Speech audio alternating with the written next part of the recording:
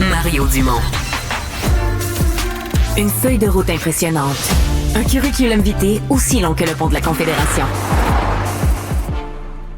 On en parle beaucoup moins, mais la commission Galland continue ses travaux. Et une des questions, on se demande sincèrement, ça va nous avoir coûté cher SACLIC, ça va nous avoir coûté cher la commission Galland pour étudier le problème SACLIC, mais est-ce qu'on en tirera des leçons?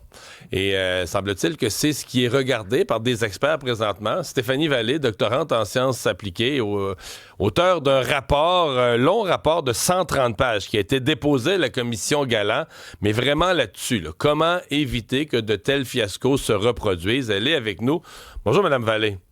Bonjour, M. Dumont. Parce que c'est un peu l'impression qu'on a. On est tous choqués de SACLIC, mais en même temps, je l'ai dit souvent en ondes, chaque fois que le gouvernement a fait des projets informatiques, ça a eu tendance à tourner comme ça, coûter plus cher, tourner mal. Comment vous l'expliquez? Oui, mais c'est vrai que c'est un problème qui est complexe, qui est multidimensionnel. Puis le problème, c'est qu'à l'heure actuelle, en tout cas, l'angle d'approche du gouvernement dans ces transformations-là, ça a toujours été d'être technocentré. C'est-à-dire qu'on va regarder la technologie, puis on va se dire quelle sorte d'infrastructure qu'on devrait se créer sur le plan technologique pour répondre à un besoin d'affaires. Or, vous savez, la transformation numérique a commencé, ça fait plus de 15 ans dans d'autres pays. Et il y a des mesures qui ont été prises sur la recommandation de grandes études et aussi l'OCDE qui ont fait des recommandations. Ça n'a pas été nécessairement suivi par le gouvernement du Québec. Moi, j'ai étudié, d'abord, ma spécialité, c'est vraiment la mesure de la transformation numérique pour les organisations. Donc, ce que j'ai fait, c'est que j'ai regardé le cas de SACLIC. Mon premier constat, ça a été de dire, oups, on a vraiment un problème au chapitre de la mesure de l'avancement de la transformation numérique au sein d'une organisation. Dans ce cas-ci, c'était la SAC. Mais donc, je me suis également, on savait pas où on était rendu. De la mesure de l'avancement, on savait pas où on était rendu. On mesurait mal la progression. Ben oui, parce qu'on utilise une logique de mesure de contrôle. La gestion de contrôle, ça, c'est en comptabilité. OK? Donc, on échappe à peu près 80% du problème en faisant ça. On n'a pas les systèmes de reddition de comptes qui sont automatisés non plus pour pouvoir avoir de la donnée en temps réel, ce qui fait que les employés sont obligés de produire de la donnée pour faire de la reddition de comptes et créer ces fameux NAPRON dont on a entendu parler.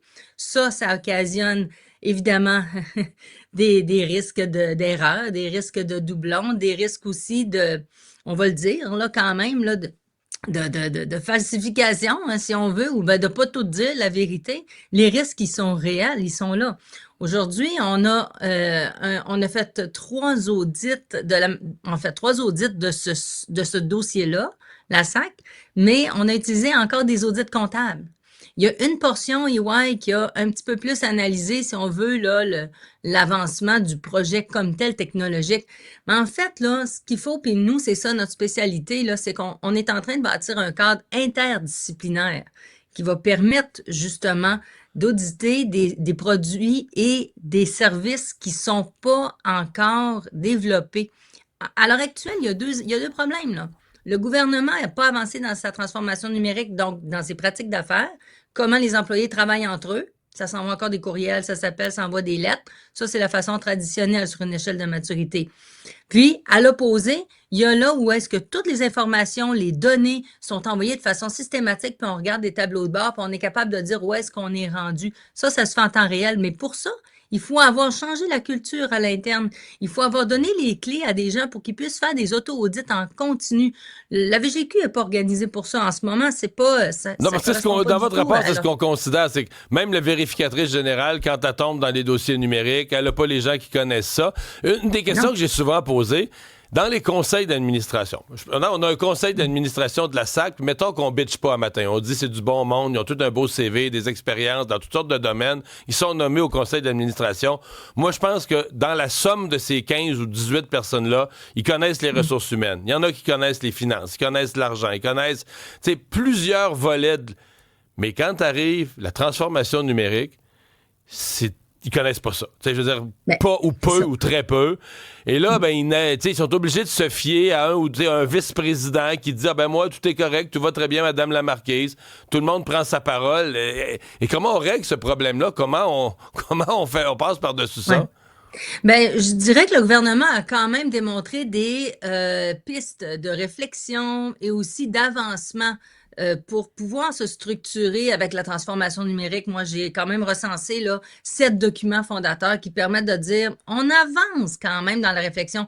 Mais pour moi, ça correspond quand même à un niveau de maturité émergent. Sur une échelle de 0 à 5, là, on est à 1, 1,5, disons. OK? Parce que dans ces documents, ce qui manque, c'est vraiment des mécanismes de reddition, des mécanismes aussi d'auto-audit et un savoir-faire. On n'a pas la capacité d'être une organisation apprenante. Moi, j'ai étudié les cas d'une trentaine de pays.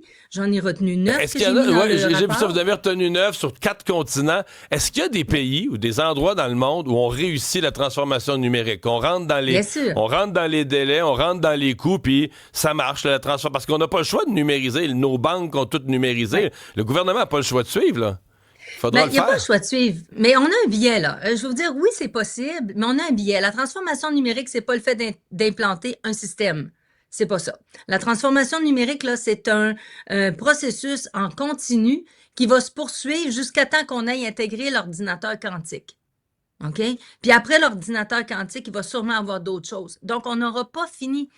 Ce qui revient à dire que c'est pas avec un document ou un autre en disant voici nos axes stratégiques qu'on va y arriver. Ça prend un organisme. Et d'ailleurs, c'est ce qui a démontré notre analyse, c'est que à travers les 9 pays qu'on a retenus par pertinence pour le Québec, ils se sont tous dotés d'une organisation où ils ont mandaté une organisation responsable de ça et ils ont même déployé des unités. Donc, on va dire Mais une escouade. notre ministère du numérique et de la cybersécurité, ça devait pas être ça?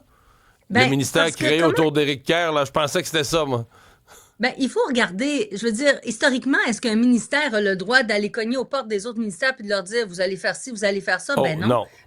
Ben voilà. Donc, ça nous prend, moi, j'ai traité ça sur le même plan que, d'abord, je vais dire une chose. Ce qui est important à l'heure actuelle, c'est la donnée. La donnée, ça va devenir, sincèrement, là, ça va devenir notre bien identitaire le plus important. OK? Qui va nous représenter, qui va nous permettre de préserver même notre diplomatie. OK? Donc, dans cette idée-là, si on parle d'identité, on peut faire un comparable avec la langue française. C'est pourquoi la première recommandation que nous offrons, c'est celle de créer un office québécois de la transformation numérique durable. Durable parce que il faut plus que ça coûte des millions puis des milliards. On peut s'organiser entre nous en développant nos compétences et avoir les bons mécanismes qui vont nous permettre justement d'avoir cette espèce d'attitude un peu start-up en quelque sorte là, à l'interne et d'autres pays l'ont fait. Eh bien, on va espérer que vos recommandations soient entendues. Aide de la commission. Stéphanie Vallée, merci d'avoir été avec nous. Je vous en Au prie. revoir. Merci.